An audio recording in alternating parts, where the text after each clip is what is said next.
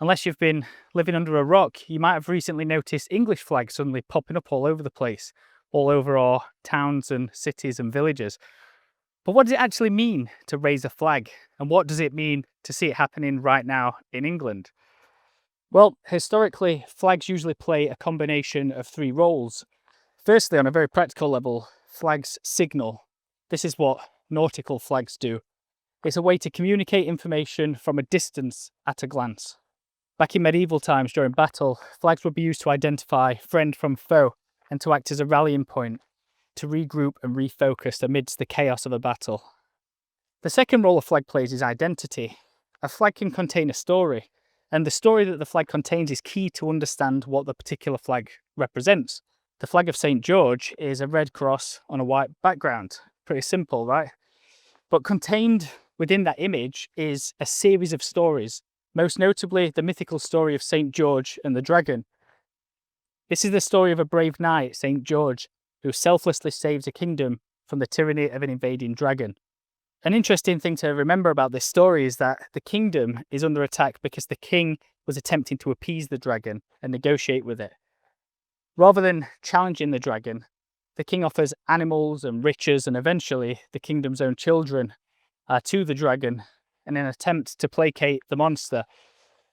Finally, the king's own daughter, the princess, is selected to be sacrificed to the dragon, and it's here where St. George, an outsider much like the dragon, enters the story and using Christ as a shield, defeats the dragon and saves the princess. You might hear a lot of people today, usually around St. George's Day for some reason, dismissing the idea that St. George actually has anything to do with England at all. They might tell you that he was Turkish or Palestinian, and this is of course a little bit silly.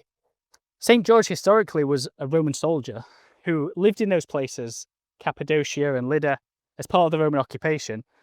And it's similar with St. Andrew for Scotland.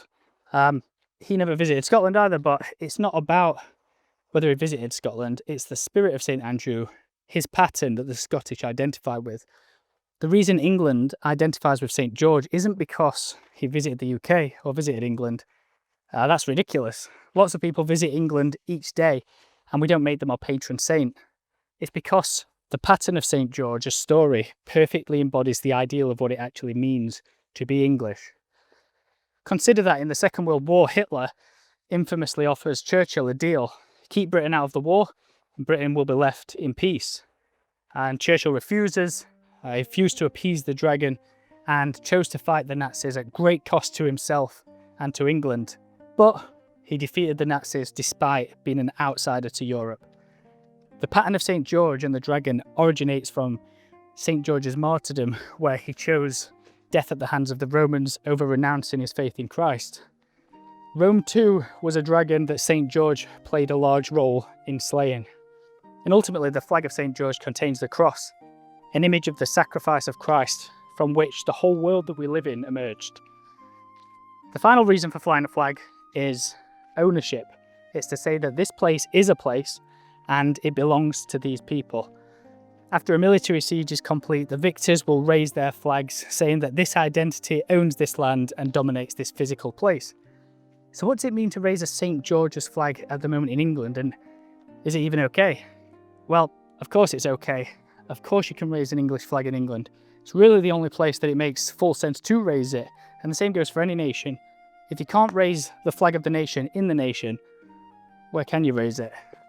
There's a nested hierarchy of identity that falls under the English flag. For example, you can be a Yorkshireman and English, and Yorkshire is submissive to England, just as the identity of Yorkshireman is submissive to the identity of Englishmen. It's a lower identity contained within a higher identity. And it doesn't stop there. England is also submissive to Britain, and ultimately the Union Jack, a flag of three crosses, is contained within the ultimate identity of Christ, the union of the whole world. Now today lots of identities and lots of flags exist within England that don't submit themselves to the authority or identity of the English flag. And this is a bit of a problem. You can't really exist in a place peacefully if you refuse to accept the identity of that place. And places do have identities, even if the digital world often makes us forget this. Refusing to accept the higher identity of the place you live is almost by definition an act of war. It's a direct challenge to the ruling identity of that land. What's happening now in England is a kind of remembering, and I'm choosing that word very deliberately. Remembering, the opposite of dismembering. It's the bringing back together of a once unified body, in this case, the body of the English. It's also worth mentioning that in the same way that all identities within England have to submit to the identity of England, all identities within Christ have to submit to the identity of Christ. God is at the top, the highest authority there is. Without God, all authorities below, including England, lose the source from where their authority comes. The nation is high, but it's not the highest thing. If you remember God, England will remember itself. Without the cross, the flag of St. George is simply a blank white rectangle, void of any meaning. And in the same way, England without the cross is a pretty meaningless, empty place, a place that's blank and lacks any true values or virtue. A place on which any identity can be imposed, as seems to be increasingly happening today. Our identity and our authority comes from the cross. Not the cross of a flag, but the cross to which the flag points.